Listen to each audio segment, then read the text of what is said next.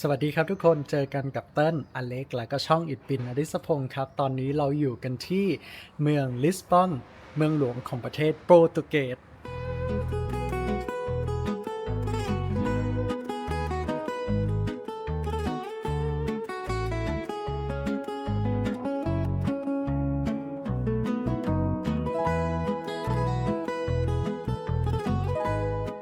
อย่างที่บอกนะครับตอนนี้เราอยู่กันที่เมืองลิสบอนนะครับผมซึ่งเมืองลิสบอนเนี่ยเป็นเมืองหลวงของประเทศโปรตุเกสซึ่งเมื่อเช้าเนี่ยเราได้มีการนั่งเครื่องบินจากแฟรงก์เฟิร์ตมานะทุกคนแล้วก็มาถึงที่เนี่ยใช้เวลาประมาณ3ชั่วโมงนะครับในการที่นั่งเครื่องบินมาจากสนามบินแฟรงก์เฟิร์ตประเทศเยอรมนีก็มาถึงเสร็จปุ๊บก็ทำการนั่งรถใต้ดินนะครับผมแล้วก็เดินทางเข้ามาในเมืองแล้วก็มาเช็คอินที่โรงแรมแต่ว่าตัวห้องยังไม่เรียบร้อยก็จะไปกินข้าวกันก่อนในตัวเมืองนะทุกคนเพราะว่าตรงจุดที่เราอยู่กันตอนนี้เนี่ยค่อนข้างที่จะอยู่กลางเมืองเลยทีเดียวเดี๋ยวขอเล่านิดนึงนะครับเรื่องของตัวเครื่องบินเมื่อเช้าเนี่ยบินมากับตัวAir Portugal นะครับซึ่งเป็นตัวสายการบินประจำชาติของประเทศโปรตุเกสนะครับทุกคนแล้วก็ตัวเครื่องบินรุ่นที่เขาเอามาให้บริการเมื่อเช้าอ่ะก็จะเป็นตัวรุ่นA321 neo นะซึ่งจะเป็นตัวเดียวกับตัวที่การบินไทยเพิ่งจะมีการสั่งซื้อไปใหม่นะครับผมซึ่งตัวเครื่องตัวนี้จากที่ได้ลองก็คือรู้สึกว่าเครื่องค่อนข้างที่จะนิ่มมากๆเลยนะทุกคนไม่ค่อยกระแทกกระทันนะครับแล้วก็พื้นที่นั่งสบายที่นั่งกว้างมากเลยสำหรับของตัว Air Portugal นะแล้วก็ตอนขึ้นตอนลงเนี่ยก็ค่อนข้างนิ่มนะครับผม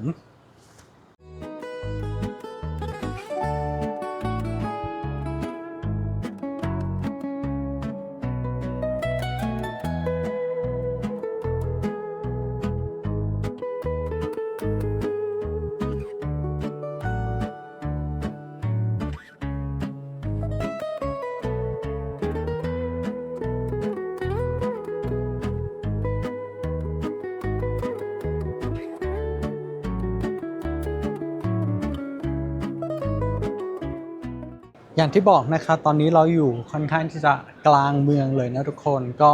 ร้านอาหารแถวนี้ก็น่าจะเยอะอยู่เหมือนกันเดี๋ยวลองไปหาอะไรกินกันดูนะครับน่าจะได้เป็นอาหารของประเทศโปรตุเกสลองกินดูนะแล้วก็แบบมีคนแนะนำว่าถ้ามาที่นี่ต้องกินเรื่องของตัวทาร์ตไข่ด้วยเดี๋ยวไปลองหาดูกันว่าจะมีทาร์ตไข่ให้เราลองกันไหม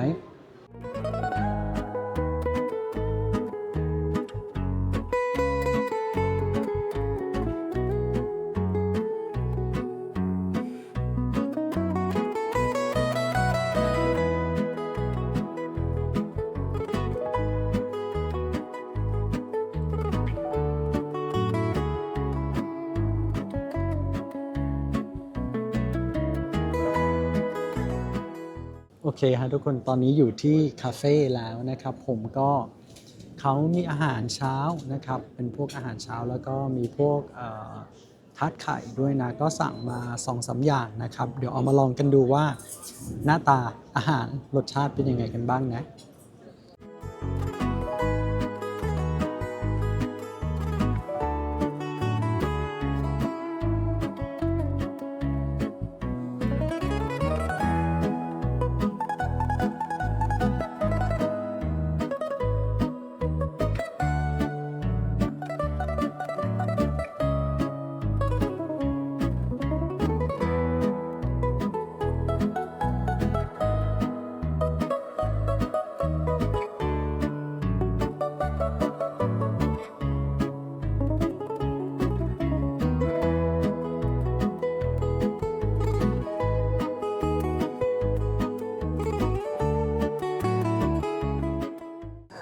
โอเคได้อาหารของเราแล้วนะครับก็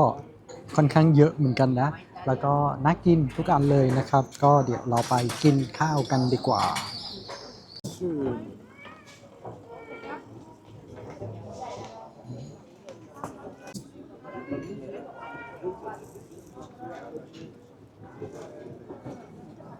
อร่อยไหมอเล็ก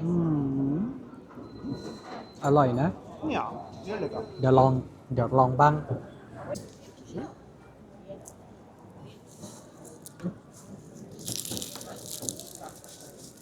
อืม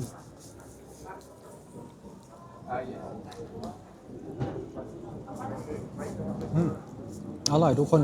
แป้งกรอบมาก แป้งข้างนอกคือกรอบมาก แล้วก็เนื้อคัสตาร์ดก็หวานกำลังดี อร่อยหอมอืม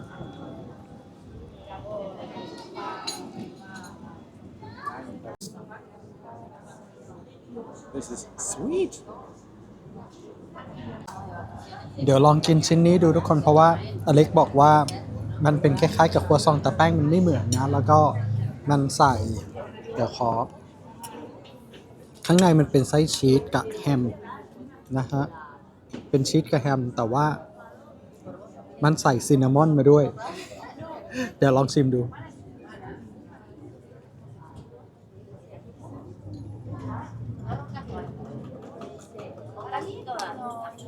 มันรสชาติเป็นหวานเหมือนขนมปังไส้แฮมที่ไทยอ่ะแล้วก็มีรสของตัวซินนามอนเข้ามาด้วย คือรสมันไม่ได้ออกไปทางของคาว แต่ว่าออกไปทางของหวานซะมากกว่าเพราะว่าตัวเนื้อขนมปังก็หวาน แต่ว่าก็น่าสนใจดี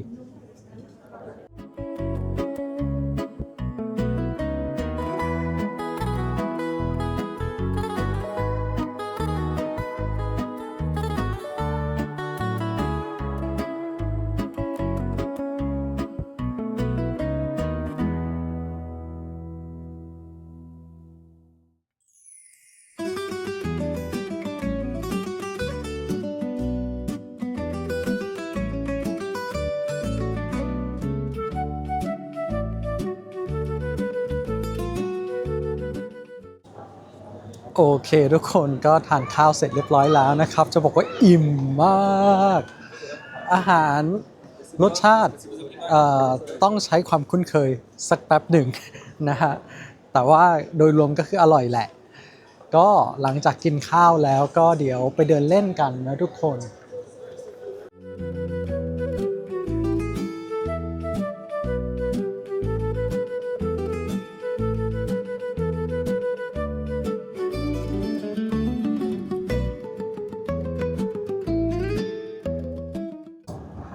ระหว่างที่เราเดินกันอยู่เดี๋ยวเรามาเล่าข้อมูลสำคัญของตัวเมืองลิสบอนให้ทุกคนฟังกันก่อนนิดนึงแล้วกันนะครับขอมีสาระบ้างเพราะว่าปกติไม่ค่อยมีสาระเลยพาทุกคนไปกินอย่างเดียวเลยนะก็จริงๆเมืองลิสบอนอย่างที่บอกตอนแรกเลยนะครับก็คือเมืองนี้เขาเป็นเมืองหลวงนะครับของประเทศโปรตุเกสอยู่ทางฝั่งตะวันตกสุดของทวีปยุโรปเลยนะครับผมแล้วก็เป็นเมืองที่เป็นเมืองท่านะทุกคนอยู่ติดกับทะเลซึ่งในตัวยุคเก่าของเขาเนี่ยเมืองนี้ก็ค่อนข้างมีความสำคัญในเรื่องของตัวเป็นเมืองท่าแล้วก็เป็นเมืองที่ทำเรื่องของตัวเป็นพื้นที่ศูนย์กลางธุรกิจของประเทศของเขาเลยนะครับในยุคก่อนแล้วก็เป็นจุดศูนย์กลางของการเริ่มต้นการสำรวจด้วยนะครับในยุคของที่มันมีการสำรวจเฟื่องฟูมากๆเลยนะครับก็หลายร้อยปีก่อนแหละแล้วก็ปัจจุบันเนี่ยตัวลิสบอนก็ถือว่าเป็นเมืองท่องเที่ยวที่มีความสำคัญมากที่สุดเลยนะครับของประเทศโปรตุเกสจริงๆอ่ะเป็นเมืองที่มีชื่อเสียงเรื่องของการท่องเที่ยวแห่งหนึ่งในทวีปยุโรปเลยนะครับทุกคนก็มีนักท่องเที่ยวที่มาเที่ยวที่เมืองนี้ค่อนข้างเยอะเหมือนกันจริงๆตัวเมืองตัวนี้นะทุกคนเห็นสวยๆแบบนี้นะครับจริงๆเนี่ยเขาเคยมีเหตุการณ์ภูเขาไฟระเบิดด้วยนะซึ่งตอนนั้นนะภูเขาไม่ใช่ภูเขาไฟระเบิดสิเป็นแผ่นดินไหวตอนนั้นต้องเป็นแผ่นดินไหวแก้คำนะเป็นแผ่นดินไหวซึ่งตอนนั้นเนี่ยมันก็ทำให้เมืองเนี่ยเสียหายไปค่อนข้างเยอะเลยและเขาก็ต้องทำการบำรุงตัวเมืองกลับขึ้นมาใหม่นะครับซึ่งก็กลับมาสวยเหมือนเดิมเลยแหละก็เป็นข้อมูลคร่าวๆนะทุกคนก็ถ้าข้อมูลผิดถูกหรือผิดยังไงก็คอมเมนต์มาแก้ให้ด้วยนะครับเพราะว่าเต้นก็ไม่ได้เก่งเรื่องของตัวประวัติศาสตร์หรือว่าข้อมูลเรื่องของภูมิศาสตร์อะไรเท่าไหร่นะครับแต่ว่าก็เป็นข้อมูลคร่าวๆให้ทุกคนได้รู้ละกัน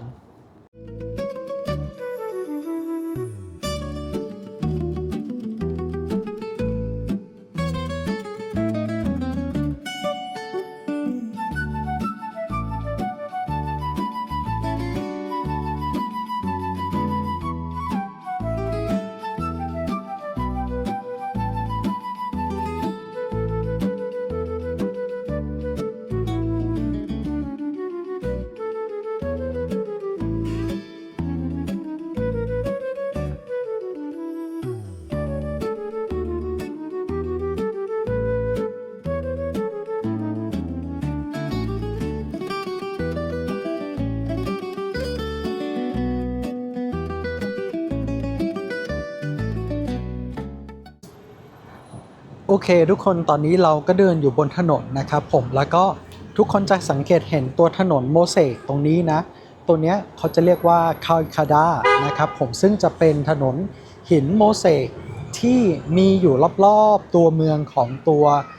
เมืองลิสบอนเลยนะครับก็ถือว่าเป็นสิ่งสำคัญนะครับของเมืองนี้เลยแล้วก็ทุกคนสามารถที่จะพบเจอได้เยอะมากๆเลยนะในพื้นที่ที่เป็นพื้นที่เมืองเก่านะครับ อย่างที่บอกนะทุกคนว่าลิสบอนเป็นเมืองที่เขาอยู่ติดทะเลนะครับผมก็ตอนนี้เรากำลังเดินไปที่ตรงที่เป็นทะเลตรงที่เป็นชายหาดนะก็จริงๆอยู่ไม่ไกลเลยเดี๋ยวเราไปดูกันว่าตัวชายหาดของเขาเป็นยังไงบ้างโอเคลืมบอกทุกคนนะว่าช่วงที่เรามาเที่ยวกันช่วงนี้มันจะเป็นเทศกาลโอสเติร์นหรือว่าอีสเตอร์เทศกาลอีสเตอร์นะครับของที่เยอรมันก็มันจะเป็นวันหยุดต่อเนื่องยาวกันเลย4วันนะครับผมตั้งแต่วันศุกร์จนถึงวันจันทร์ก็เลยได้มีโอกาสมาเที่ยวกันที่นี่นะครับผมแล้วก็อากาศที่นี่ดีมากทุกคนตอนนี้อยู่สักประมาณ15-16 องศาแล้วก็แบบมีลมด้วยนะกำลังสบายๆอากาศดีมาก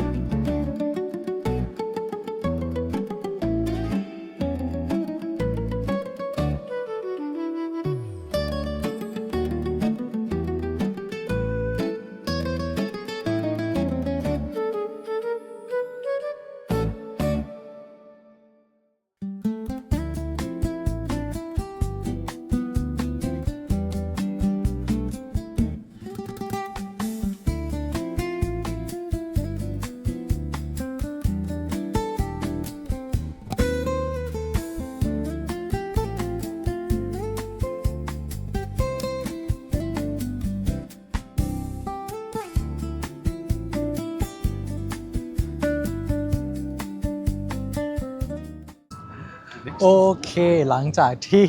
เดินแวะตรงนั้นตรงนี้นะครับไม่ถึงตัวชายหาดสักทีอ่ะเดี๋ยวเรามาถึงแล้วเดี๋ยวเอาให้ทุกคนดูนะครับจริงๆมันก็ไม่ใช่ชายหาดทุกคนมันน่าจะเป็นท่าเรือมากกว่านะก็อย่างที่บอกกันมันจะมีเอ่อพื้นที่ที่อยู่ติดกับตัวทะเลนะครับผมก็พื้นที่ตรงนี้เขาก็จะเป็นท่าเรือแล้วก็มีเรื่องของตัว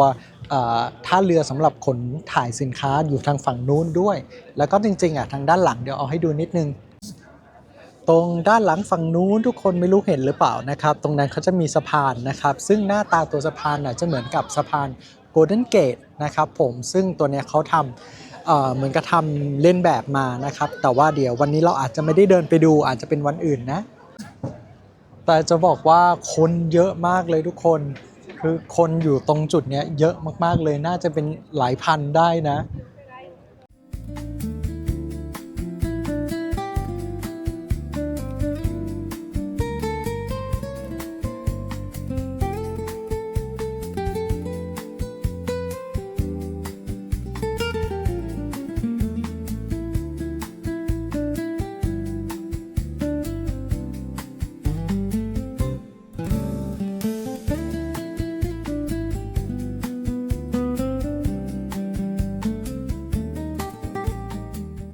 โอเคทุกคนตอนนี้เราอยู่ใกล้ๆจริงๆไม่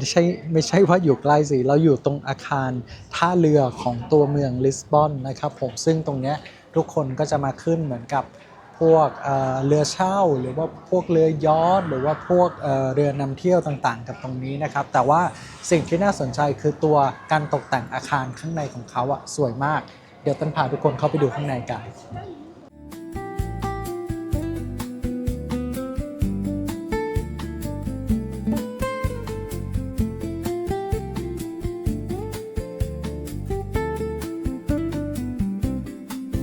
โ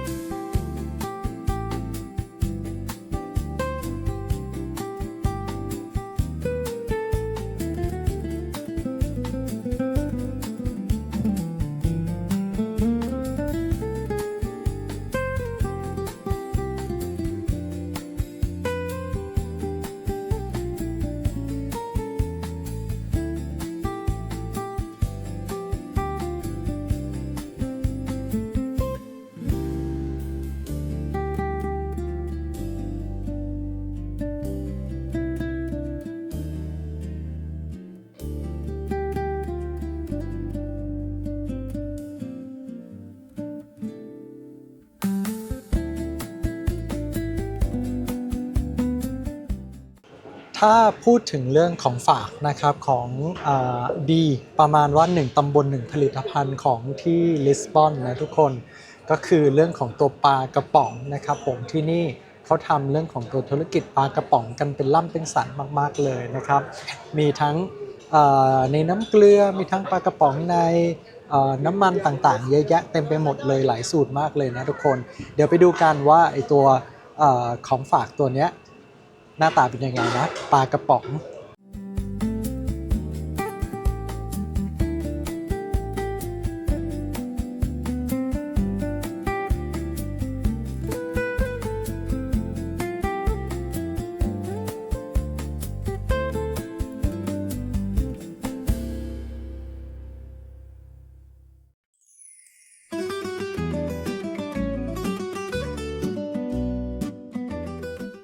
อีกสิ่งหนึ่งที่เจอได้เยอะมากๆเลยแล้วก็เป็นสัญลักษณ์อันหนึ่งของเมืองลิสบอนเลยนะครับทุกคนก็คือรถตุกๆรถตุกๆจริงๆทุกคนเพราะว่าที่นี่เขาจะมีเหมือนตัวบริการนั่งรถเที่ยวอะไรอย่างเงี้ยแล้วก็ตัวรถที่เขาใช้ก็จะเป็นรถทรงประมาณรถตุกๆแบบบ้านเราเลยทุกคนแต่ว่าเขาจะขับด้วยตัว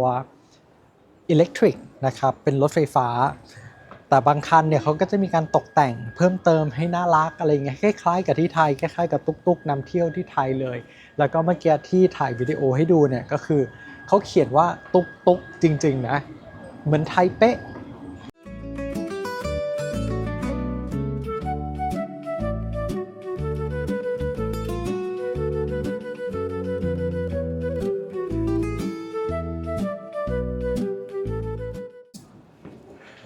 จะบอกว่า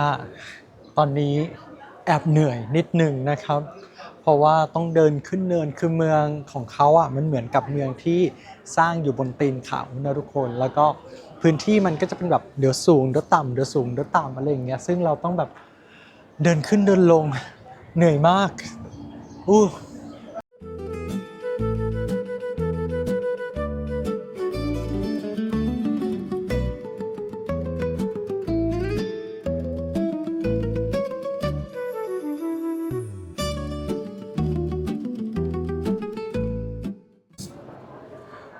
ไปเดินมารอบเมืองแล้วนะคะทุกคนคนเยอะมากแต่ว่าจริงๆอ่ะยังเดินไม่ครบหรอกแต่ตอนนี้เริ่มเหนื่อยนะครับเพราะว่าเมื่อคืนยังไม่ได้นอนเลยเพราะว่าออกไปสนามบินกันตั้งแต่ตอนตีสองนะครับก็เนี่ยจนถึงปัจจุบันตอนนี้ประมาณเกือบบ่ายสองละก็ยังไม่ได้นอนกันนะครับก็กำลังคิดว่าเดี๋ยวจะเดินกลับไปที่โรงแรมนะครับก็เดี๋ยวไปพักผ่อนตรงนั้นนิดนึงแล้วก็เดี๋ยวตอนเย็นเนี่ยเราจะหาอะไรกินกันอีกทีนึงแต่ว่าเดี๋ยวพาเดินกลับไปที่โรงแรมแล้วก็ไปดูว่าวันนี้เรานอนโรงแรมหน้าตาเป็นยังไงนะครับจริงๆตัวโรงแรมที่จองเอาไว้เป็นโรงแรมแบบเล็กๆนะครับอยู่กลางใจเมืองเลยแต่ว่าพวกเต้นก็ยังไม่ได้เห็นเรื่องของตัวห้องนะครับว่าหน้าตาเป็นยังไงแต่ว่าเดี๋ยวไปดูพร้อมกัน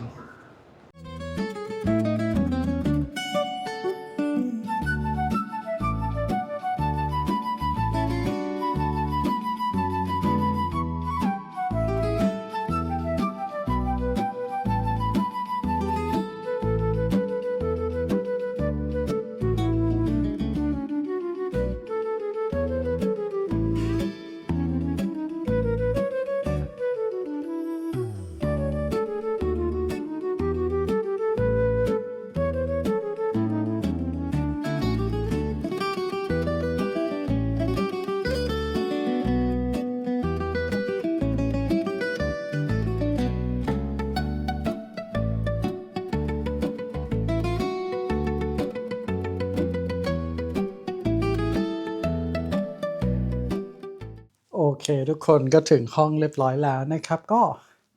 เป็นห้องแบบธรรมดาเอาไว้ใช้นอนอย่างเดียวเลยนะทุกคนก็ขนาดไม่ได้ใหญ่มากมีเตียงมีห้องอาบน้ำเล็กๆเล็กแบบเล็กมากเข้าได้คนเดียวแล้วก็เป็นห้องน้ำนะครับแยกกันแต่ว่าเดี๋ยวเอาให้ดูห้องอาบน้ำค่อนข้างจะเล็กมากนี่นะทุกคนมันเปิดได้เท่านี้จริงๆแล้วแบบเนี่ยต้องเข้าไปได้คนเดียวจริงๆเนี่ยพื้นที่มีเท่านี้ Oh my god แต่ก็เราคงไม่ไปทำกิจกรรมอะไรในห้องน้ำนะทุกคนนะเข้าได้ทีละคนก็พอแล้ว เอาเป็นว่าเดี๋ยวเราไปเจอกันอีกทีหนึ่งตอนเย็นนะครับผมสำหรับตอนนี้ขออนุญาตพักผ่อนก่อนนะ ตอนนี้ง่วงนอนมาก แล้วเจอกันฮะ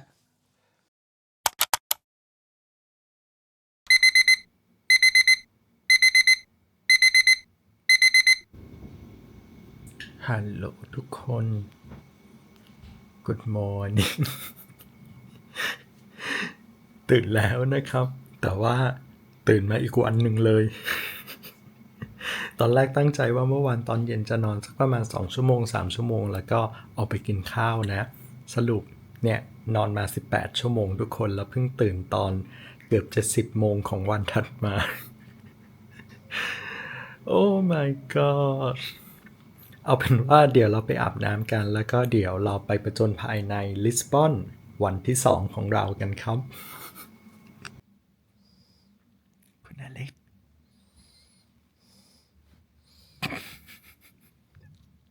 สวัสดีครับอืมอืม โอเคอาบน้ำไปกินข้าว อืม อืม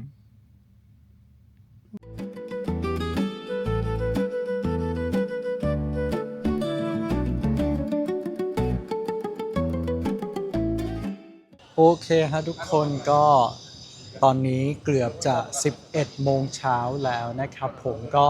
วันนี้คาดว่าเต้นน่าจะพูดจารู้เรื่องขึ้นนะ เพราะว่าเมื่อวานเนี่ยค่อนข้างไม่ได้นอนจริงๆก็คือไม่ได้นอนนั่นแหละ แล้วก็สังเกตตัวเองเลยว่าพูดจาเหมือนวกวนแล้วก็ไม่ค่อยจะรู้เรื่องเท่าไหร่ แต่วันนี้น่าจะดีขึ้นครับ แล้วก็สิ่งแรกเลยที่จะขาดไปไม่ได้นะครับก็คือการกินอาหารเช้านะทุกคนเดี๋ยวเราไปหาอะไรกินกันนะครับผมอาจจะเป็นแบบแนวbreakfast หรือไม่ก็เป็น brunch นะครับแต่ว่าเดี๋ยวไปดูกันอีกทีนึงว่ามันมีอะไรเปิดแล้วบ้างตอนนี้นะฮะไปกันหิวละ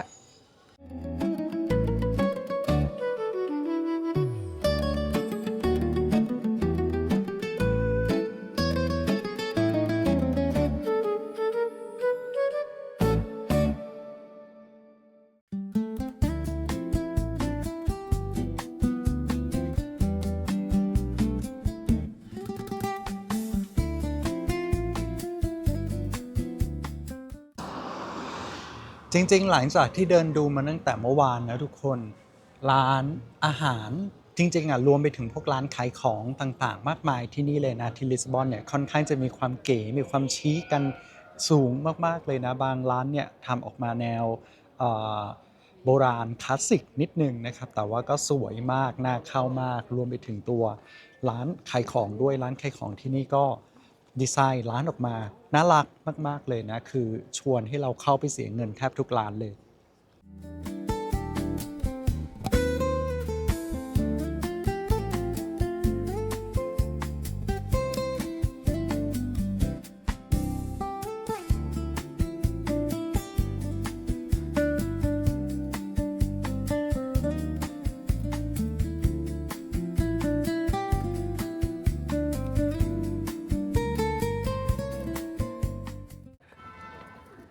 เมื่อกี้เดินอยู่นะครับก็เจอร้านขายผลไม้อบแห้งผลไม้เชื่อมนะก็ได้สตรอเบอรี่เชื่อมมาทุกคนราคาแรงอยู่เอ่อขีดละ5ยูโรก็อันเนี้ย10ยูโรนะครับก็ถือว่าแพงอยู่เหมือนกันแต่ว่ารสชาติอร่อยดีไม่ได้หวานมาก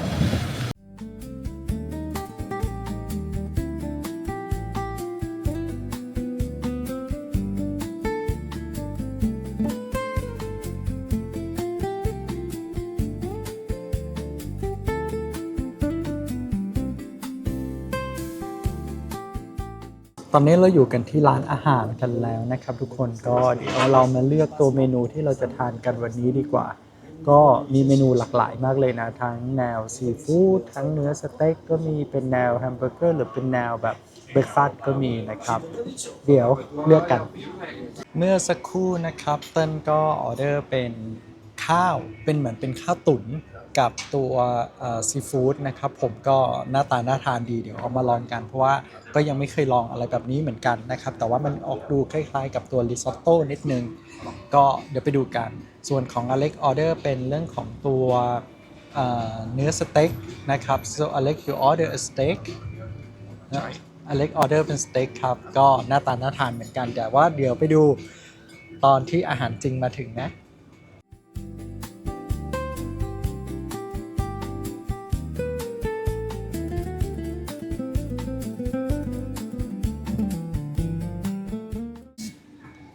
ได้อาหารมาแล้วนะครับทุกคนอันนี้เป็นของอเล็กนะเป็นสเต็กมากับเฟรนช์ฟรายแล้วก็มีข้าวแล้วก็มีตัวซอสเห็ดด้วยนะครับ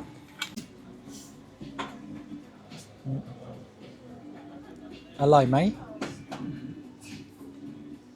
อร่อยนะ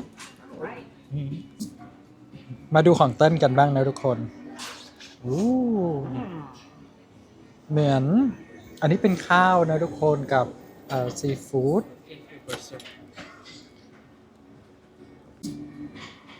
หน้าตาของเขาออกจะคล้ายๆกับตัวริซอตโต้เลยนะทุกคนไม่รู้ว่าใช้วิธีทำแบบเดียวกันหรือเปล่าแต่คิดว่าน่าจะคล้ายๆกันนะแต่ว่าเดี๋ยวลองชิมกันดู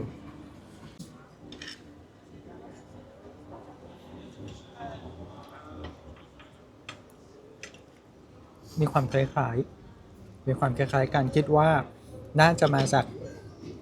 วัฒนธรรมใกล้เคียงกันแหละทุกคนก็อร่อยมากรสชาติข้างในเหมือนเป็นซอสมะเขือเทศผสมกันกับตัวพริกหวานอร่อยฮะ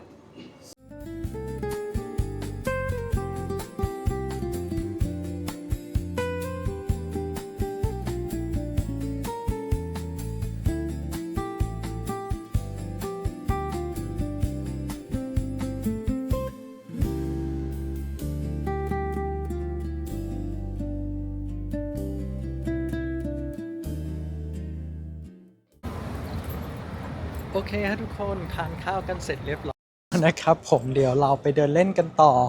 แต่ว่าตอนนี้อิ่มมากอิ่มจนอยากกลับไปนอนต่อเลยแต่ว่าเดี๋ยวไปดูกันว่าเดี๋ยวเราจะพาทุกคนไปเที่ยวกันที่ไหนนะครับเพราะว่าที่นี่ยังมีสิ่งที่น่าสนใจเยอะแยะมากเลยอย่างเช่นพวกพิพิธภัณฑ์หรือว่าเป็นพวกทัวร์ต่างๆนะครับเดี๋ยวไปดูกัน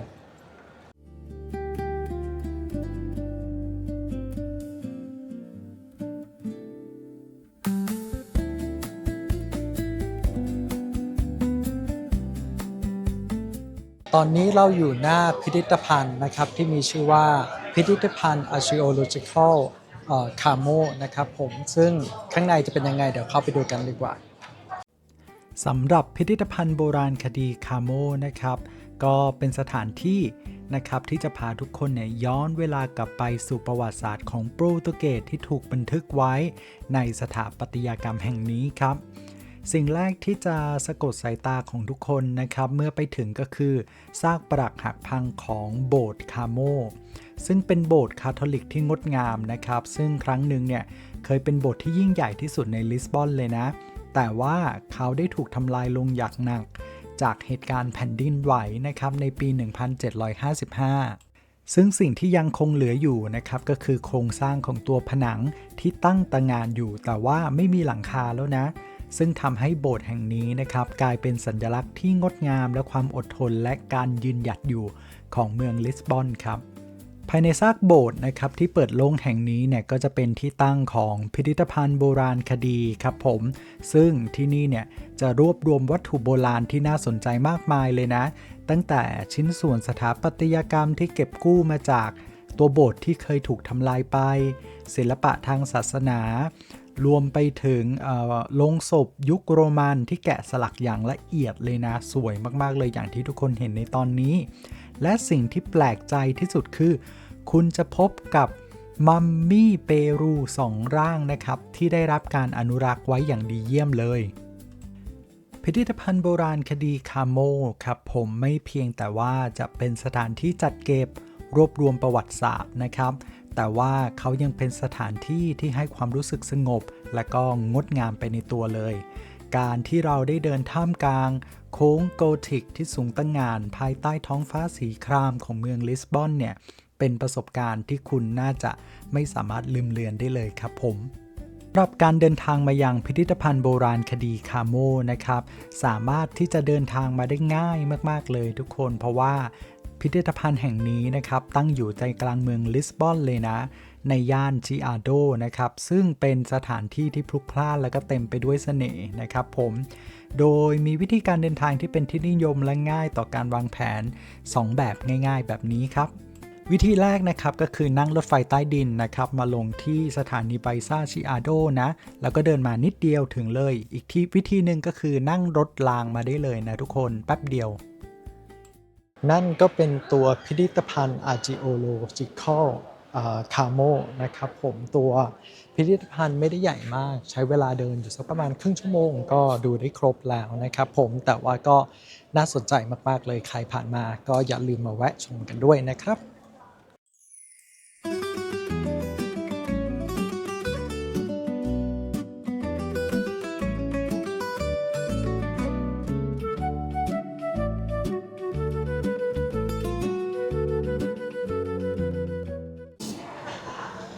พอดีเมื่อสักครู่ต้นเข้าไปดูของที่อยู่ในห้างมานะครับทุกคนแล้วก็ที่หน้าต่างของตัวร้านเนี่ยมันมองไปเห็นตัวจุดชมวิวจุดหนึ่งนะครับหน้าตาเหมือนเป็นปราสาทเลยก็เลยเปิด Google หาดูนะครับสรุปตัวปราสาทตัวนั้นชื่อว่าปราสาทนักบุญจอร์จนะครับผมก็น่าสนใจมากก็เลยเดี๋ยวจะพาทุกคนเดินขึ้นไปดูกันนะครับก็น่าจะใช้เวลาประมาณ25นาทีในการที่จะเดินด้วยเท้านะครับไปตรงนั้นแต่เดี๋ยวไปดูกันว่ามันสวยแล้วก็น่าสนใจขนาดไหน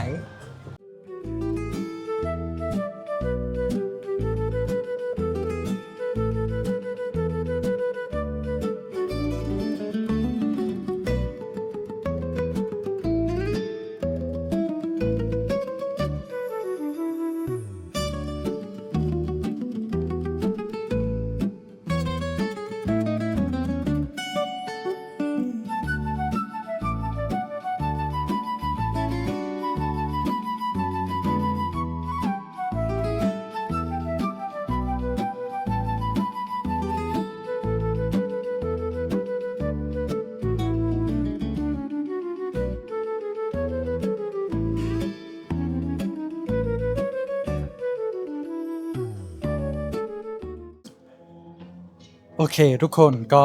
คิดว่าเดินมาก็เกือบจะใกล้ถึงแล้วนะครับเพราะว่าเห็นตัวกำแพงตัวปราสาทเรียบร้อยแล้วนะน่าจะต้องใช้เวลาเดินอีกสักนิดนึงแต่ว่าตอนนี้หอบมากเหนื่อยมากเหนื่อยมาก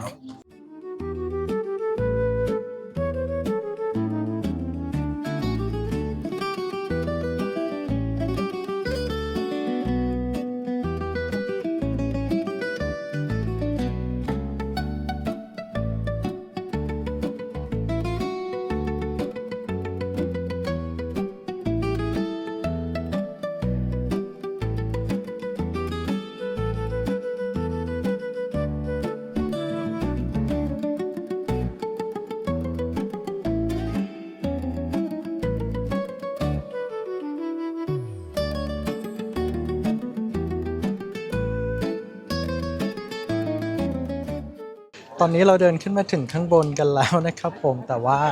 เดี๋ยวเราจะต้องซื้อตั๋วเพื่อที่จะเข้าไปดูข้างในนะครับแล้วก็ตอนนี้คิว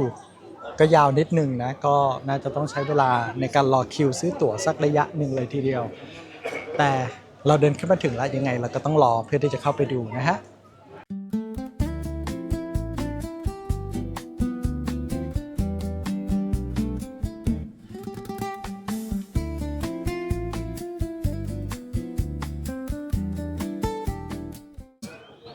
โอเคฮะทุกคนตอนนี้เราก็ซื้อตั๋วเรียบร้อยแล้วนะครับตั๋วคนละ17ยูโรนะครับผมก็ Alex is it 10 cent euro oder per person 17ยูโรต่อคนครับรวมกัน2คนก็34ยูโรก็1,000 กว่าบาทนะครับก็ถือว่าตกคนละประมาณตีไปสักคนละ600 บาทโดยประมาณนะครับผมก็หลังจากได้ตั๋วก็เลยผ่านเข้ามาเรียบร้อยแล้วนะครับใช้ตั๋วสแกนตัวที่กั้น เข้ามาเรียบร้อยแล้ว ก็จุดแรกที่เห็นเลยก็คือตรงนี้เขาจะมีเหมือนเป็นซุ้มขายน้ำขายขนมเล็กๆอยู่ด้วยนะทุกคนก็เข้ามานั่งพักผ่อนเข้ามานั่งดื่มน้ำกันตรงนี้ด้วยเดี๋ยวเราจะเดินเข้าไปข้างในนะครับคิดว่าตัวพื้นที่เนี่ยก็คงค่อนข้างที่จะใหญ่พอสมควรเลยแล้วก็จากที่เห็นดูณปัจจุบันเนี่ยเราก็สามารถที่จะมองตัวเมืองลิสบอนเนี่ยได้แบบ360องศาเลยนะเดี๋ยวไปดูกัน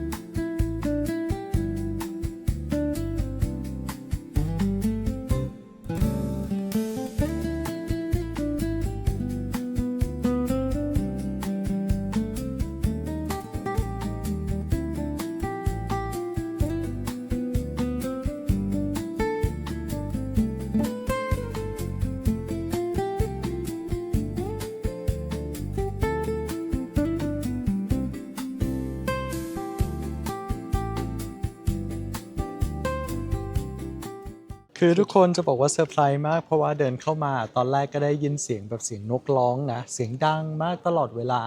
แต่ว่าไม่รู้ว่าไอ้ตัวเจ้าต้นตอของเสียงคือเสียงนกยุงนะซึ่งเขามีนกยุงอยู่ที่เนี้ย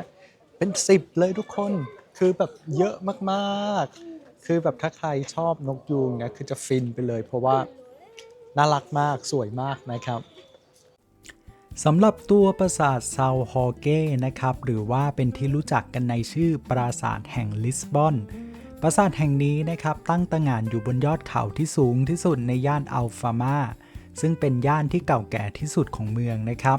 การที่ยืนอยู่ตรงนี้เนี่ยทำให้เราเข้าใจได้ทันทีว่าทำไมสถานที่แห่งนี้ถึงเลือกให้เป็นป้อมปราการเพราะว่ามันมีชัยภูมิที่ยอดเยี่ยมเลยครับสามารถมองเห็นเมืองลิสบอนและแม่น้ำทากัสได้อย่างทั่วถึงประวัติศาสตร์ของปราสาทซาวฮอเก้นะครับมีความซับซ้อนและก็ยาวนานมากๆเชื่อกันว่ามีการสร้างป้อมปราการบนเนินเขาแห่งนี้มาตั้งแต่ก่อนยุคโรมันเลยนะแต่ว่าโครงสร้างส่วนใหญ่ที่เห็นปัจจุบันนะครับถูกสร้างขึ้นโดยชาวมัวในช่วงศตวรรษที่ 11 ในฐานะป้อมปราการทางทหารนะครับต่อมาในปี 1147 กษัตริย์อัลฟอนโซเฮริชกษัตริย์องค์แรกของโปรตุเกสนะครับได้นำทัพเข้ายึดครองปราสาทแห่งนี้ขึ้นจากชาวมัวแล้วก็เปลี่ยนให้กลายเป็นพระราชวังหลวงที่ยิ่งใหญ่ครับนั่นก็เป็นในส่วนของตัวพิพิธภัณฑ์นะครับทุกคนนอกจากนี้เขาก็ยังมีร้านอาหารอยู่ข้างบนนี้ด้วยนะแล้วก็ร้านอาหารเนี่ยวิวสวยมากๆเลย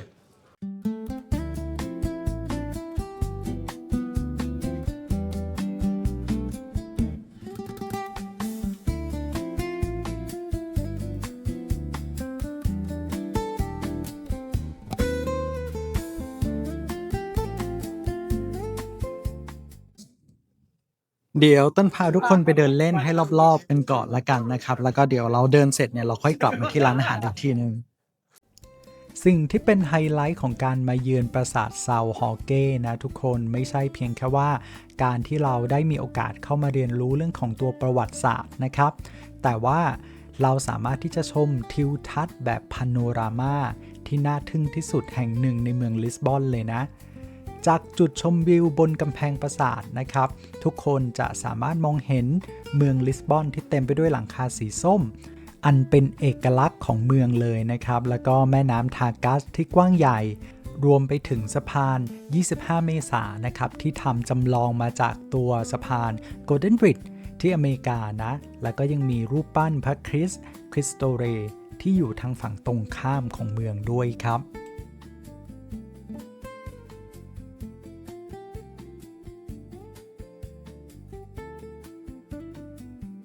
ตอนนี้เราอยู่ข้างในตัวปราสาทนะทุกคนอยู่ในตัวป้อมปราการนะครับแล้วก็เห็นว่ามันมีทางเดินขึ้นไปตรงกำแพงด้วยนะครับเดี๋ยวเราลองเดินเข้าไปกันดูนะ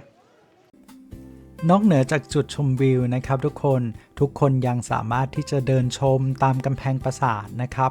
ขึ้นไปยังบนหอคอยต่างๆนะครับที่มีมากมายหลายจุดมากๆเลย และก็ยังเยี่ยมชมพื้นที่จัดแสดงโบราณคดีที่จัดแสดงวัตถุโบราณนะครับที่ค้นพบในบริเวณตัวปราสาทนี่แหละ แล้วก็สิ่งที่ไม่ควรพลาดอีกอย่างหนึ่งเลยก็คือกล้อง Obscura นะครับซึ่งตั้งอยู่บนหอคอย Torre de Ulises นะครับซึ่งจะฉายภาพเมืองลิสบอนแบบ Real Time 360 องศาให้เราได้ชมความอัศจรรย์ใจด้วยเลยครับซึ่งสรุปแล้วนะครับปราสาทเซาฮอเก้เนี่ยไม่ได้เพียงเป็นแค่ซากปรักหักพังของตัวปราสาทนะแต่ว่าเป็นสถานที่ที่ผสมผสานระหว่างประวัติศาสตร์อันเข้มข้นเข้ากับความงดงามของทิวทัศน์เมืองลิสบอนเปิดเผยให้แก่ผู้ที่มาเยือนที่เนี่ยเหมือนรู้สึกได้เดินทางย้อนเวลากลับไปนะครับแล้วก็ได้ชื่นชมความงามของเมืองหลวงแห่งนี้ในมุมมองที่สวยที่สุดของเมืองเลยครับที่การเดินทางมานะครับคุณสามารถที่จะนั่งรถรางมาก็ได้นะหรือว่าจะนั่งรถเมล์สาย 737 นะครับปลายทางคาสเทลก็สามารถนั่งมาถึงที่ตัวปราสาทหน้าปราสาทได้เลยนะง่ายมากก็ไปเดินมารอบตัวปราสาทแล้วนะครับทุกคนก็ตอนนี้ก็เดินย้อนกลับมาที่ตัวร้านอาหารจากที่สัญญากันทุกคนเอาไว้นะว่าเดี๋ยวจะพามาดูตัวร้านอาหารอีกทีนึงทีหลังก็เดี๋ยวจริงๆช่วงนี้ตอนนี้ยังไม่ค่อยหิวเท่าไหร่เนาะจากฤทธิ์ของเข็มปักลดความอ้วนก็คงจะสั่งเป็นของกินเล่นง่ายๆมาครับผมแล้วก็นั่งพักกันสักครู่แล้วก็เดี๋ยวเราค่อยไปเดินต่อ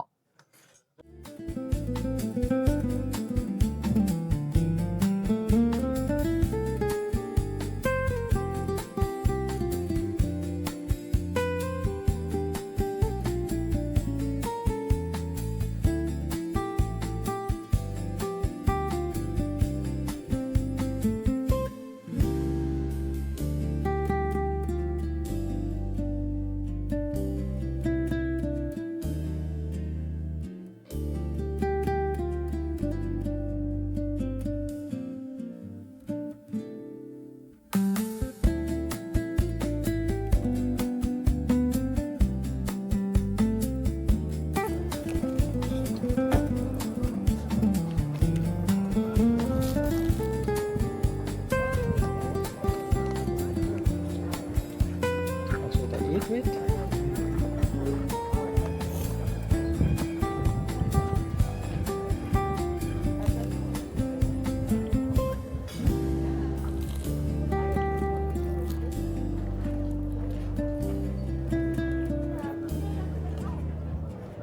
นั่นก็เป็นตัวปราสาทเซนต์จอร์จนะครับทุกคนก็น่าสนใจมากๆเลยแล้วก็สวยมากๆด้วยนะตัวร้านอาหารก็วิวสวยมากตัวพื้นที่ตัววิวรอบๆก็คือสวยมากจริงๆเลยก็ใครไม่มาอย่าลืมแวะขึ้นไปดูที่ตัวปราสาทกันนะครับเดี๋ยวเราเดินกลับกันไปที่ในตัวเมืองนะฮะทุกคนแล้วก็อเล็กบอกว่าเดี๋ยวตอนเย็นเนี่ยเราไปกินข้าวกันอีกทีนึงก็เดี๋ยวค่อยไปดูกันอีกทีหนึ่งว่าเราจะได้อะไรกินกันตอนเย็นนะคิดว่าคงจะหาเป็นพวกร้านพื้นถิ่นหรือร้านที่เขาขายอาหารโปรตุเกสจริงๆนะก็เดี๋ยวไปดูกันตอนเย็น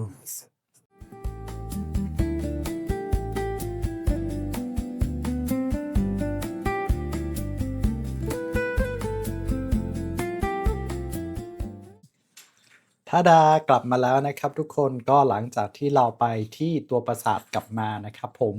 เราก็เดินตรงกลับมาที่ตัวห้องพักของเราเลยนะครับผมเพราะว่าอเล็กบอกว่าเหนื่อยมากๆนะครับปล่อยให้อเล็กได้นอนไปแล้วประมาณ2ชั่วโมงนะตอนนี้ก็ตื่นแล้วพร้อมแล้ว นะครับก็เดี๋ยวเราจะออกไปกินข้าวกันซึ่งตอนนี้ก็ยังมีแดดอยู่นะทุกคนเป็นเวลา2 ทุ่มตรงละแต่ว่าร้านค้าที่เป็นร้านอาหารนะทุกคนก็เริ่มเปิดกันครบแล้วนะครับเดี๋ยวเราลงไปหากันดูว่าเราจะได้ทานอะไรกันวันนี้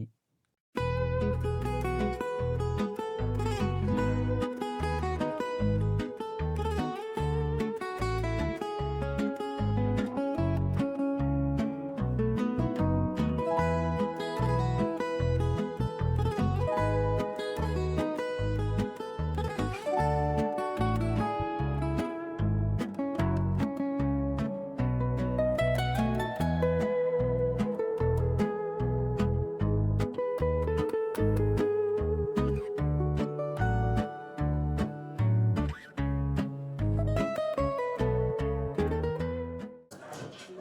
โอเคครับทุกคนตอนนี้เราก็อยู่กันที่ร้านอาหารแล้วนะครับผมก็เป็นร้านที่อเล็กสุ่มมานะทุกคนก็ตัวชื่อร้านเนี่ยก็คือตัวรูปภาพที่ต้นถ่ายให้กับทุกคนดูเมื่อสักครู่นี้นะครับชื่อว่า Biero do Aviles ไม่รู้อ่านถูกไหมนะแต่ว่าก็เดินสุ่มๆมานะครับทุกคนร้านค่อนข้างใหญ่มากๆเลยแล้วก็ตัวร้านเนี่ยแบ่งออกเป็น4ส่วนนะเขามีทั้งเป็นมินิบาร์มีเป็นพิซซ่ามีเป็นเอ่อ อาหารมื้อหลักอะไรอย่างเงี้ยครับผมก็คือเขาบอกว่าเป็น4ร้านอยู่ด้วยกันเลยก็เราก็เลือกมาที่ตัวร้านอาหารที่ชื่อว่า Pateo นะครับเขาก็จะเป็น1ในส่วน4ร้านค้าที่มีอยู่ในพื้นที่บริเวณนี้นะก็เรามาดูกันว่าเดี๋ยวเราสั่งอะไรทานกันนะ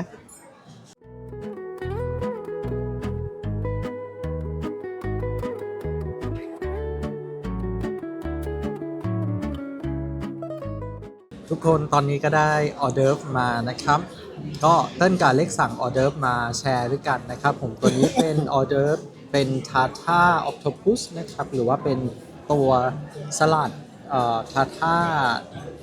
ปลาหมึกนะครับผมแล้วก็เป็นจานเล็กๆอันนี้เดียวเองทุกคนดูมือเต้น เอาเป็นว่าเดี๋ยวเรามาลองทานกันดูนะทุกคน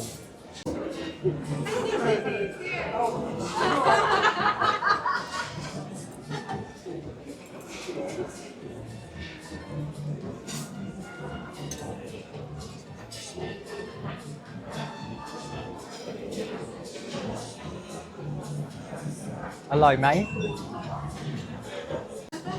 โอเคเดี๋ยวเต้นลองบ้าง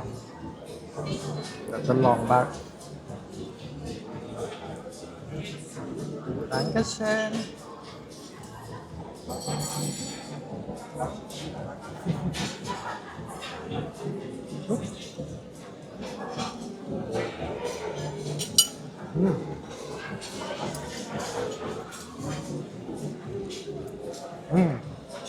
อร่อยทุกคน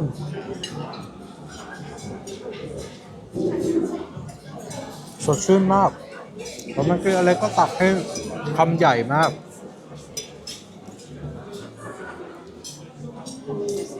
คือมันมีรสเปรี้ยวรสหวาน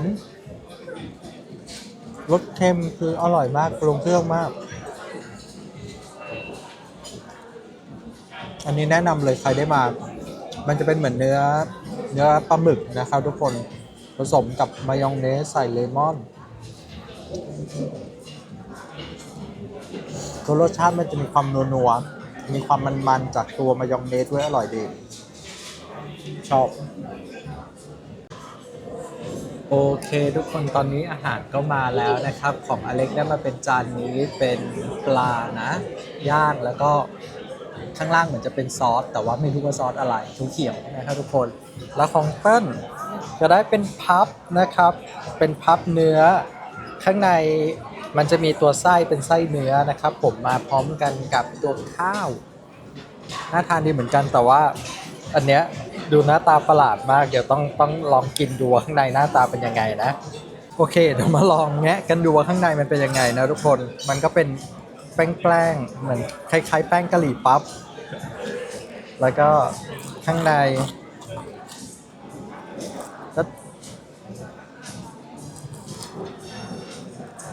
ก็จะเป็นเนื้อประมาณนี้ก็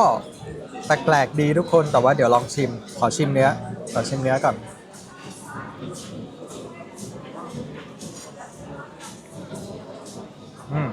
ก็เนื้อแหละ แล้วก็ตัวแป้ง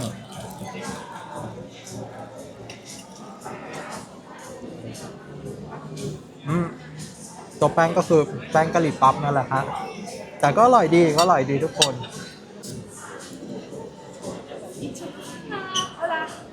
เดี๋ยวลองให้อเล็กชิมดูนะทุกคนว่าของอเล็กเป็นยังไง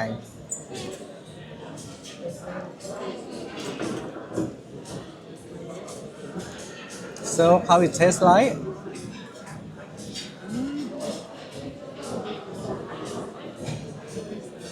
little bit like tuna. อเล็กบอกว่ารสชาติคล้ายๆทูน่า and the sauce กับกระเทียม ซอสก็จะเป็นซอส ไม่รู้ว่าเป็นอะไรแต่อเล็กบอกว่ารสมันมีความกระเทียมอะนะฮะงั้นไปกินข้าวกัน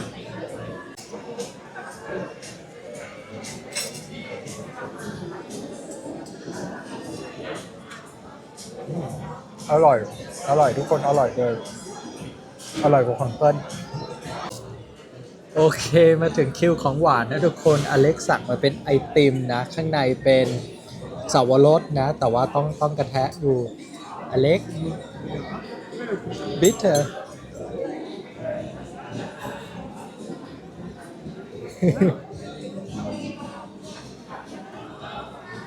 หน้าตาประหลาดมากอ๋อโอเค หน้าตาเหมือนลูกว่ายักษ์ อร่อยไหม ลองชิมดูสิอเล็ก โอเค อร่อยไหม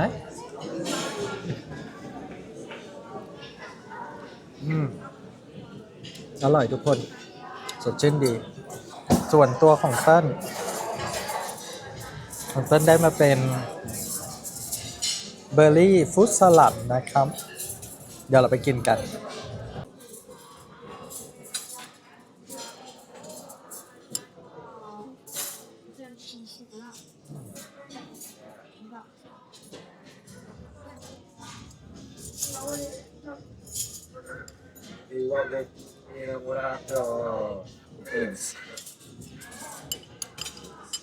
อร่อยมาก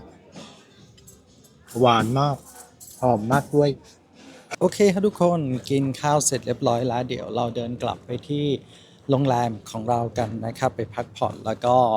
เดี๋ยวเราเจอกันใหม่อีกทีวันพรุ่งนี้นะ เดี๋ยววันนี้ไปนอนก่อนละเจอกันพรุ่งนี้ Good night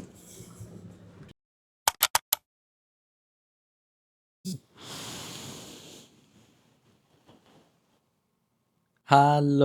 Good morning ครับทุกคนมาเจอกันวันที่ 3 นะ ก็วันนี้มันเป็นวันอีสเตอร์นะครับผมซึ่งมันเป็นวันหยุดราชการด้วย ก็ไม่แน่ใจว่าในตัวเมืองเนี่ย ร้านรวงต่างๆ จะยังมีเปิดอยู่ไหม แต่จากที่เช็คในตัว ChatGPT นะทุกคน ก็รู้สึกว่าร้านต่างๆ วันนี้น่าจะปิดนะครับ แต่คงจะมีพวกร้านอาหารยังเปิดอยู่บ้างนะครับผมแล้วก็อีกอันนึงเนี่ยคือพวกบริการนำเที่ยวหรือว่าพวกเรือนำเที่ยวต่างๆเนี่ยอันนี้ก็ยังไม่แน่ใจเหมือนกันว่าเขายังจะเปิดอยู่ไหมเพราะว่าเมื่อสักครู่สังเกตในตัวเมืองนะทุกคนก็ยังมีตัวนักท่องเที่ยวเนี่ยค่อนข้างที่จะเยอะเหมือนกันนะครับวันนี้บนท้องถนนก็ถ้า ไม่ปิดอะไรไม่ติดอะไรนะฮะก็เดี๋ยวเราไปนั่งเรือเล่นกันแต่ก่อนอื่นเหนือสิ่งอื่นใดนะครับตามธรรมเนียมของเราตื่นขึ้นมาเราก็ต้องกินถ้าเราไม่กินเราไม่มีแรงนะฮะโอเคเดี๋ยวออกไปเดินหาอะไรกินกันเหมือนเดิมนะทุกคนเมื่อวานก็กว่าจะได้ร้านก็นานอยู่เหมือนกันเพราะว่าก็เลือกหลายอันอยู่เดี๋ยวเราไปดูกันวันนี้ว่าเราจะได้อะไรกินนะครับเดี๋ยวขอหาในตัวGoogle Map ก่อนนะว่าใน Google Map เนี่ยแนะนำร้านอะไรมาบ้างนะครับ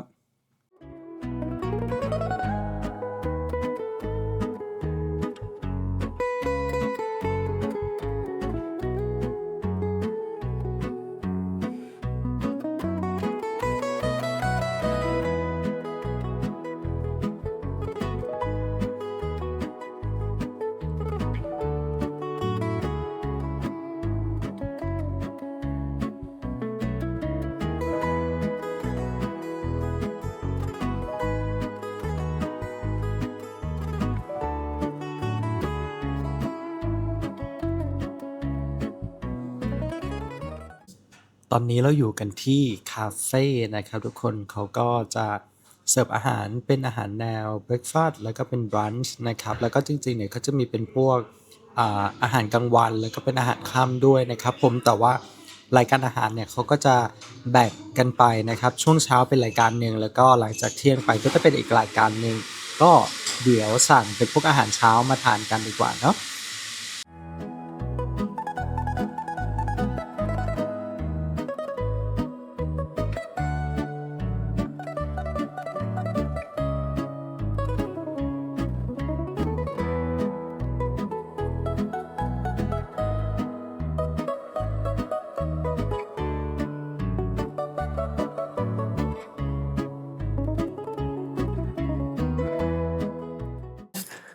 โอเคครับทุกคนทานข้าวเช้ากันเสร็จเรียบร้อยแล้วนะครับก็เดี๋ยวเราเดินไปที่ตัวท่าเรือกันอีกทีหนึ่งนะว่าวันนี้เขาจะมีตัวบริการเรือนำเที่ยวหรือเปล่าเนาะก็จากที่ดูวันนี้ร้านรวงต่างๆก็ค่อนข้างจะปิดนะครับก็อย่างที่บอกมันเป็นวันหยุดนะเนาะแต่ว่ามันก็จะมีเป็นบางร้านที่ยังเปิดอยู่บ้างนะครับผมก็ไม่ได้ถือว่าปิดทั้งหมด ก็ยังมีอะไรให้เราได้ดูได้เที่ยวกันอีกนะครับผมรวมถึงพวกสถานที่สำคัญพวกโบสถ์ต่างๆเนี่ยก็ยังเปิดอยู่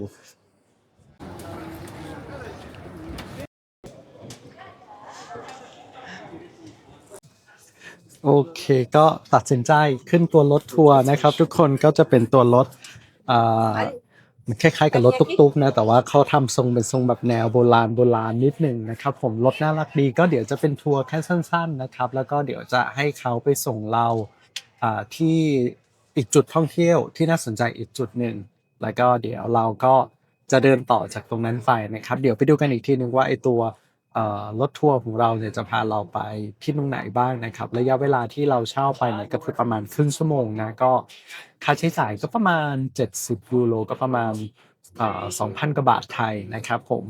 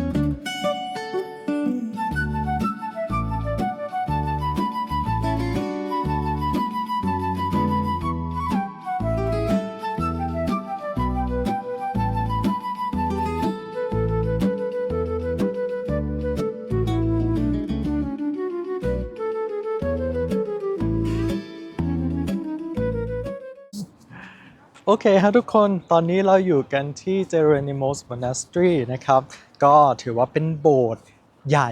ที่สุดแล้วก็สำคัญที่สุดของเมืองลิสบอนเลยนะคือว่าใครมาที่นี่แล้วไม่ได้มาที่เนี่ยก็ถือว่ามาไม่ถึงลิสบอนนะทุกคนก็เดี๋ยวเราจะเข้าไปดูกันว่าตัวข้างในตัวโบสถ์หน้าตาเป็นยังไงนะครับแต่ว่าจากข้างนอกจากที่ดูข้างนอกนะคือใหญ่มากจริงๆครับทุกคนไปเดี๋ยวไปดูกัน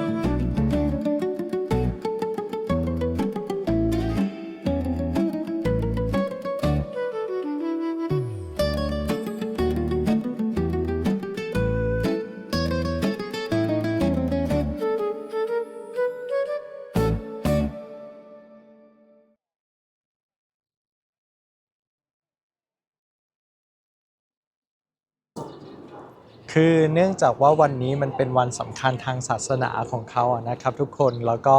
ที่เนี่ยเขามีการจัดงานอยู่ทำให้วันนี้เราไม่สามารถเข้าไปข้างในได้หน่อย แต่ว่าไม่เป็นไรเพราะว่าก็ถือว่าเราได้มาถึงแล้วนะครับผมก็มีโอกาสหน้าเดี๋ยวเราค่อยหาโอกาสกลับมาอีกทีแล้วก็เข้าไปดูข้างในกันนะครับแต่วันนี้ไม่เป็นไรดูข้างนอกก็สวยละ เดี๋ยวเราเดินไปที่ตัวเบเลมทาวเวอร์กันดีกว่านะครับทุกคนซึ่ง เบเลมทาวเวอร์เนี่ยเขาก็จะเป็นเหมือนเป็นประภาคารตัวหนึ่งแต่ก็ไม่ได้ถึงเป็นประภาคารนะมันเป็นเหมือนเป็นป้อมปราการอะไรสักอย่างนะครับที่ตั้งอยู่ตรงกลางน้ำซึ่งอยู่ห่างจากตรงจุดที่เราอยู่ตรงนี้ไปประมาณ1กิโลเมตรนะครับก็เดี๋ยวใช้เวลาเดินไปสักประมาณ20นาที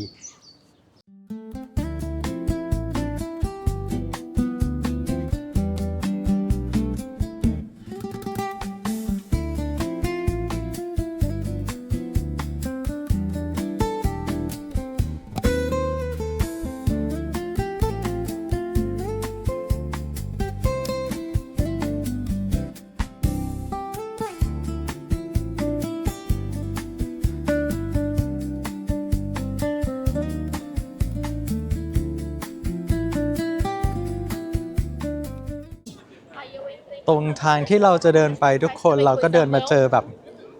เหมือนเป็นตลาดนัดนะทุกคนแล้วตลาดเขาตั้งอยู่ในสวนสาธารณะน่ารักมากๆเลยแล้วก็ดูแล้วคิดถึงตลาดนัดที่อยู่ในประเทศไทยมากๆเลยนะโอ้คิดถึงบ้าน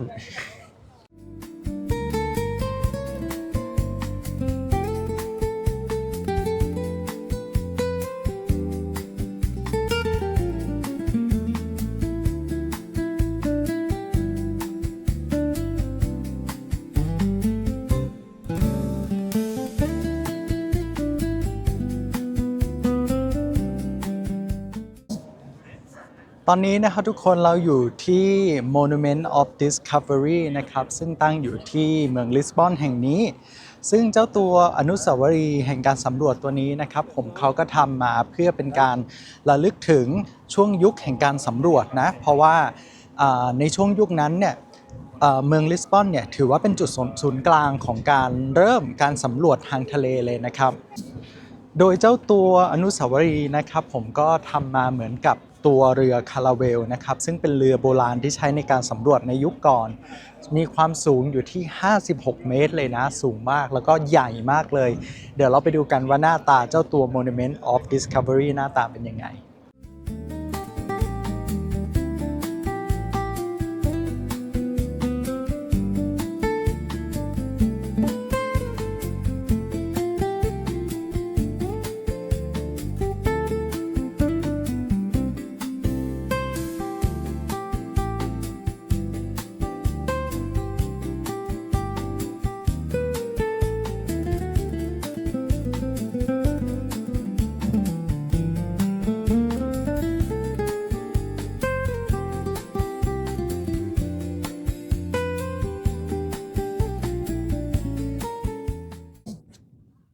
ตรงนี้ก็มีรูปแผนที่ประเทศไทยด้วยนะทุกคนก็เขาระบุไว้ว่าปี 1511 นะครับคือในช่วงนั้นเนี่ยโปรตุเกสเนี่ยได้ทำการยึดมะละกาได้นะครับผมแล้วก็เริ่มขยายตัวพื้นที่เข้ามาติดต่อกับประเทศไทยหรือว่าสยามในยุคนั้นเนี่ยในปี 1511 ซึ่งก็คือสมัยรัชกาลที่ 2 ถ้าต้นจำไม่ผิดนะแล้วก็ช่วงนั้นเนี่ยก็เข้ามาทำการค้าขายกับประเทศไทยเป็นครั้งแรกโดยโปรตุเกสนะครับเป็นประเทศทางฝั่งตะวันตกประเทศแรกที่ทำการติดต่อกับทางประเทศไทยนะครับ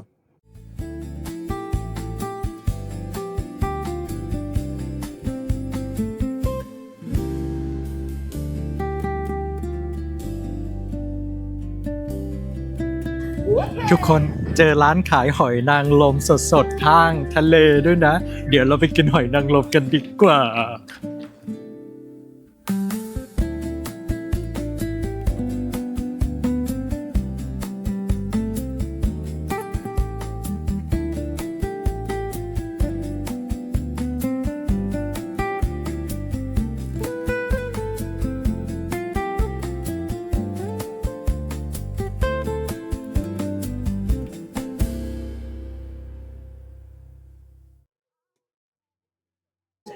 เดี๋ยวหอยทั้งหมดจะเป็นของเต้นนะครับส่วนเบียร์ให้อเล็กกินไปนะครับ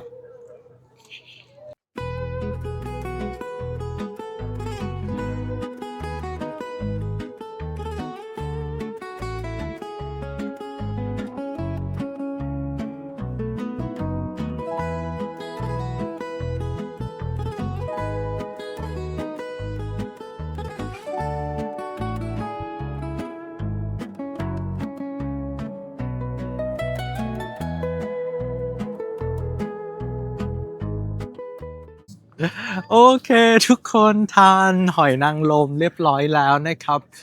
เป็นหอยนางรมที่ดีมาก หอยนางรมหล่อมาก โอ้ประทับใจนะฮะ อร่อยจริง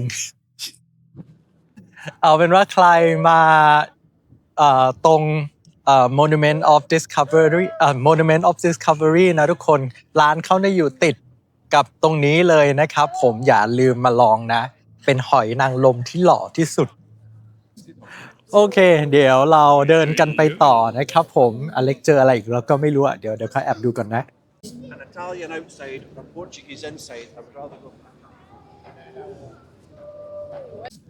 วันนี้มันมีแต่อะไรที่มันเพลินหูเพลินตามากเลยทุกคนเป็นวันที่อากาศสดใสไม่รู้ว่าเกิดอะไรขึ้นกับเต้นวันนี้นะฮะ เอาเป็นว่า เดี๋ยวเรายังต้องเดินไปอีกประมาณ800 เมตรนะครับ เพื่อที่จะไป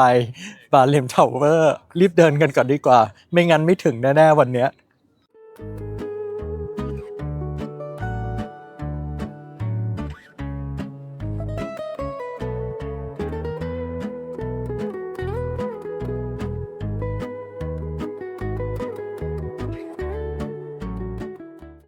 Jardim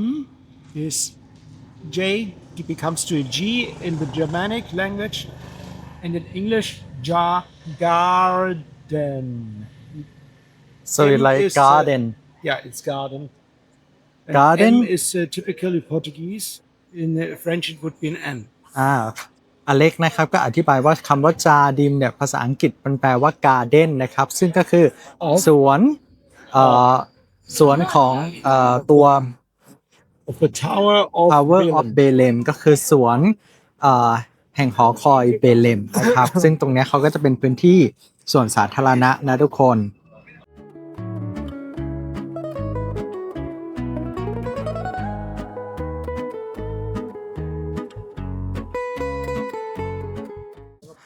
โอเคก่อนที่เราจะเดินไปถึงตัว Tower of Bethlehem นะครับทุกคนตัว Tower of Bethlehem เนี่ยเขาเป็น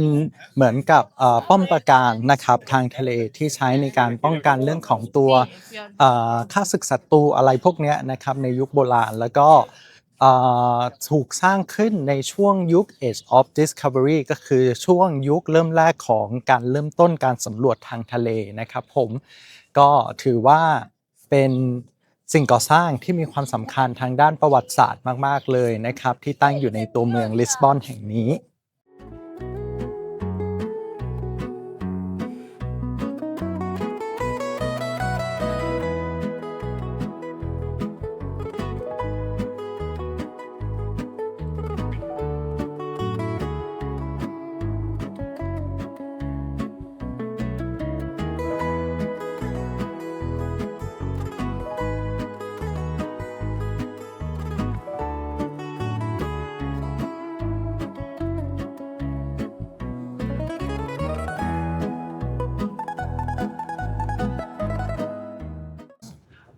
ช่วงนี้นะครับเป็นช่วงตอนกลางวันแล้วก็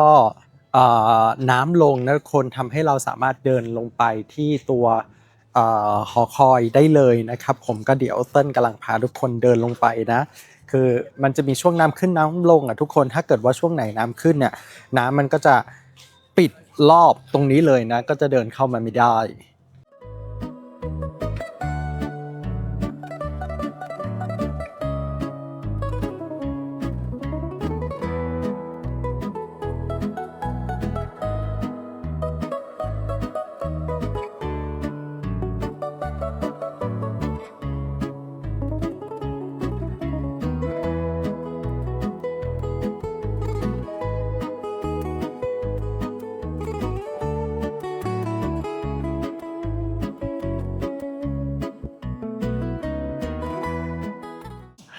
แต่ตอนเดินเข้ามานะทุกคนต้องระวังกันนิดนึงนะเพราะว่าตรงนี้เขาจะมีเรื่องของตัวโคลนที่ยัง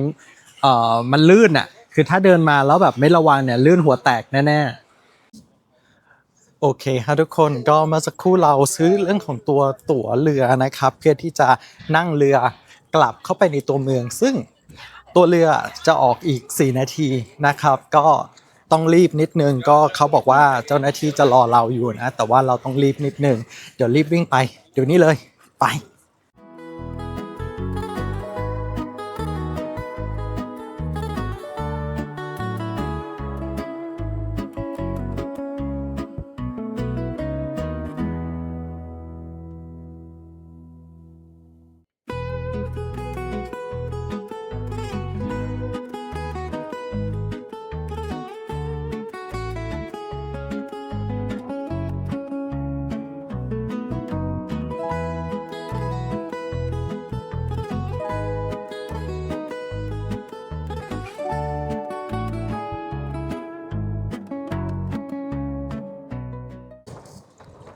โอเคก็นั่งเรือมาถึงในตัวเมืองแล้วนะครับทุกคนก็ใช้เวลาไปประมาณ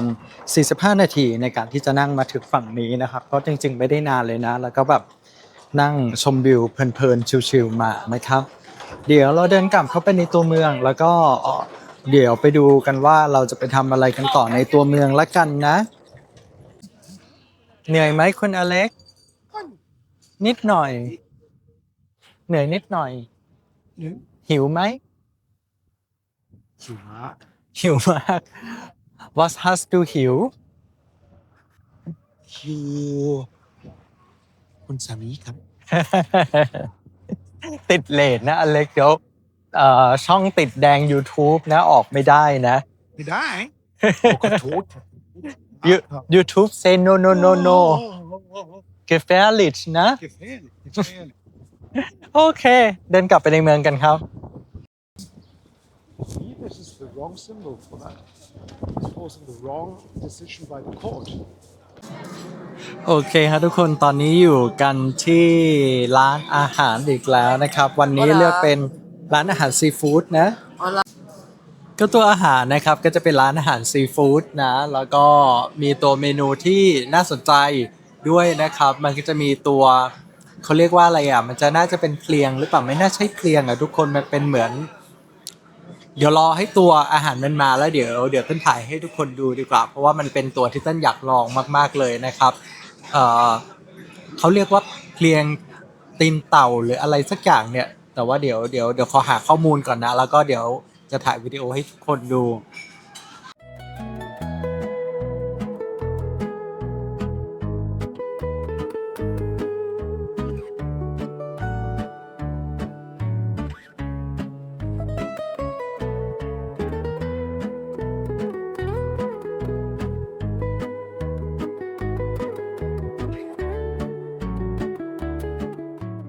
โอเคครับทุกคนอาหารของเราก็มาแล้วนะก็มาเป็นซีฟู้ดเพลทเลยนะครับก็มีอาหารหลายรายการมากๆเลยทั้งตัวหอยแมลงภู่ตัวหอยนางรมตัวกุ้งนะครับที่ทำมาหลายแบบเลยมีปูมีมันปูนะแล้วก็อีกตัวหนึ่งคือตัวที่ต้นบอกทุกคนไปตอนแรกอ่ะคือเจ้าเพลียงตีนเต่าตัวนี้คือตัวที่ต้นอยากลองมากเลยนะเพราะว่าเห็นเรายูทูบเบอร์หรือหลายๆคนลองกินเข้าไปแล้วนะครับผมก็วันนี้เดี๋ยวจะลองกินบ้างเหมือนกันนะ